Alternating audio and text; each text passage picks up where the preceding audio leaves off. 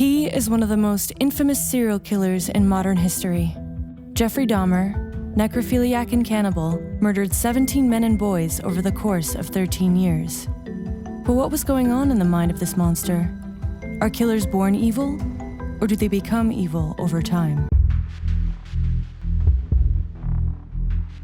This man with a quiet, almost shy demeanor became a master manipulator who was able to lure strangers he met at gay bars to his apartment. He was very low profile.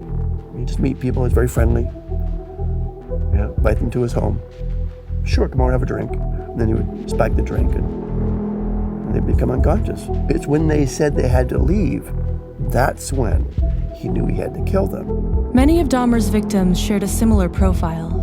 They were mostly men of color who were in peak physical condition, or in Dahmer's words, had a Chippendale body type.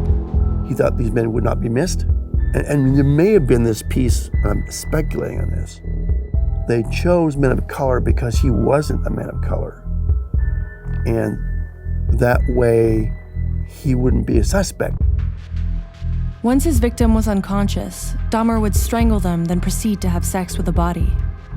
In a huge escalation of his behavior, he also began to eat the flesh of his victims. We know there have been Indian tribes and so forth, they have eaten their victims, but it wasn't sexualized. As in the case of Jeffrey Dahmer, there was a sexual component to it. Physically, they were becoming part of him. He knew intellectually that an end was coming. A would-be victim of Dahmer's, Tracy Edwards, escaped from Dahmer's apartment where he had been captive. He alerted police, who accompanied him back.